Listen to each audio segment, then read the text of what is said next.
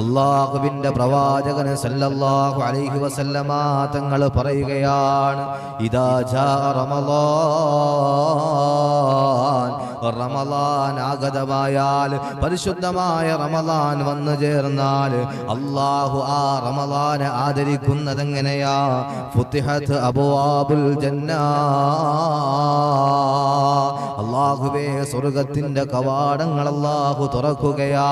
പരിശുദ്ധമായ റമളാൻ മാസം ആഗതമായാൽ അല്ലാഹു മലക്കുകളോട് പറയുകയാ, നിങ്ങൾ സ്വർഗ്ഗത്തിന്റെ കവാടങ്ങൾ തുറക്കണേ. എന്റെ അടിമകളാ സ്വർഗ്ഗത്തിലേക്ക് പ്രതീക്ഷിച്ചുകൊണ്ട് പരിശുദ്ധമായ റമളാനിൽ ഇബാദത്ത് ചെയ്യാൻ തയ്യാറെടുക്കുകയാ. അവർക്ക് വേണ്ടി പരിശുദ്ധമായ സ്വർഗ്ഗത്തെ നിങ്ങൾ തുറക്കണേ എന്ന് അല്ലാഹു വിളിച്ചു പറയുമെന്ന് പ്രവാചകൻ നബി മുഹമ്മദ് മുസ്തഫ. സ്വർഗ്ഗത്തിന്റെ കവാടങ്ങൾ തുറന്നു തരികയാ. വീണ്ടും അല്ലാഹുവിന്റെ പ്രവാചകൻ പറയാ, വഉല്ലിഖത് അബ്വാബുന്നാർ,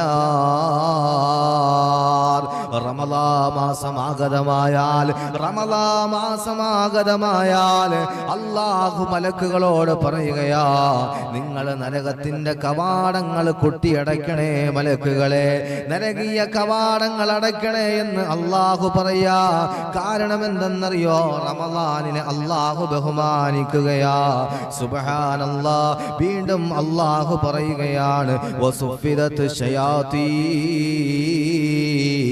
എല്ലാ ശൈത്താനുകളെയും, മുഴുവൻ ശൈത്താനുകളെയും അല്ലാഹു ബന്ധിക്കുകയാ.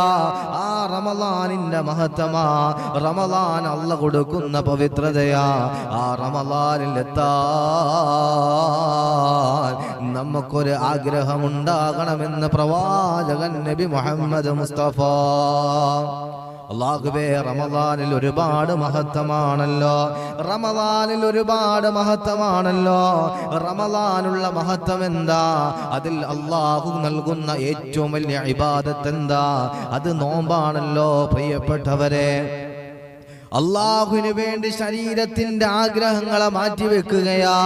ശരീരം ഭക്ഷണം കഴിക്കാൻ ആഗ്രഹിക്കുമ്പോൾ എന്റെ റബ്ബിന് വേണ്ടി ഞാൻ ഭക്ഷണത്തെ മാറ്റിവെക്കുകയാ എന്ന് പറഞ്ഞുകൊണ്ട് ഒരു അടിമ റമളാനിലേക്ക് പ്രവേശിച്ചാൽ അല്ലാഹുവിന്റെ പ്രവാചകൻ സല്ലല്ലാഹു അലൈഹി വസല്ലമ തങ്ങൾ പറയുകയാ, അല്ലാഹുവിന്റെ പ്രവാചകൻ പറയാ, ഇന്ന ഫിൽ ജന്ന, തീർച്ചയായും സ്വർഗ്ഗത്തിനുണ്ട് ബാബൻ, ഒരു വാതിലുണ്ടെന്ന് പ്രവാചകൻ പറയാ. എന്നിട്ട് ആ വാതിലിനെ പറ്റി പ്രവാചകന് സഹാബത്തിനോട് പറയുന്നു, യുഖാലു ലഹു റയാൻ, ആ സ്വർഗീയ കവാടത്തിന് അല്ലാഹു നൽകിയ പേരെന്താ? അത് റയാൻ എന്നാ. റയാൻ എന്നാ അല്ലാഹുവിന്റെ അടിമകൾക്ക് അല്ലാഹു തയ്യാറാക്കിയിരിക്കുകയാ. എന്നിട്ട് പ്രവാചകന് പറയാ, ആ റയാൻ എന്ന് പറഞ്ഞ വാതിലൂടെ ആരാ പ്രവേശിക്കുന്നത്? ലാ യദ്ഖുലു മിൻഹു ഇല്ലാ സായിം, നോമ്പുകാരനല്ലാതെ ഒരാളും റയാൻ എന്ന് പറയുന്ന വാതിലിലൂടെ പ്രവേശിക്കില്ലെന്ന് പ്രവാചകൻ നബി മുഹമ്മദ് മുസ്തഫ. അല്ലാഹുവേ, ഏതാനും ദിവസങ്ങൾ കഴിയുമ്പോൾ റമളാൻ നമ്മളിലേക്ക് ആഗതമാകുമല്ലോ. അല്ലാ, എന്റെ മുന്നിലിരിക്കുന്ന സഹോദരങ്ങൾക്ക്, അല്ലാഹുവേ, ഞങ്ങളുടെ കുടുംബാദികൾക്ക്, ഞങ്ങൾക്കും നീ റയാനിലൂടെ പ്രവേശിക്കാൻ ഭാഗ്യം തരണേ അല്ലാഹ്. ദുആ ചെയ്യണം പ്രിയപ്പെട്ട സഹോദരങ്ങളെ. റയാൻ എന്ന് പറഞ്ഞാൽ അല്ലാഹുവിന്റെ അനുഗ്രഹമാണ്.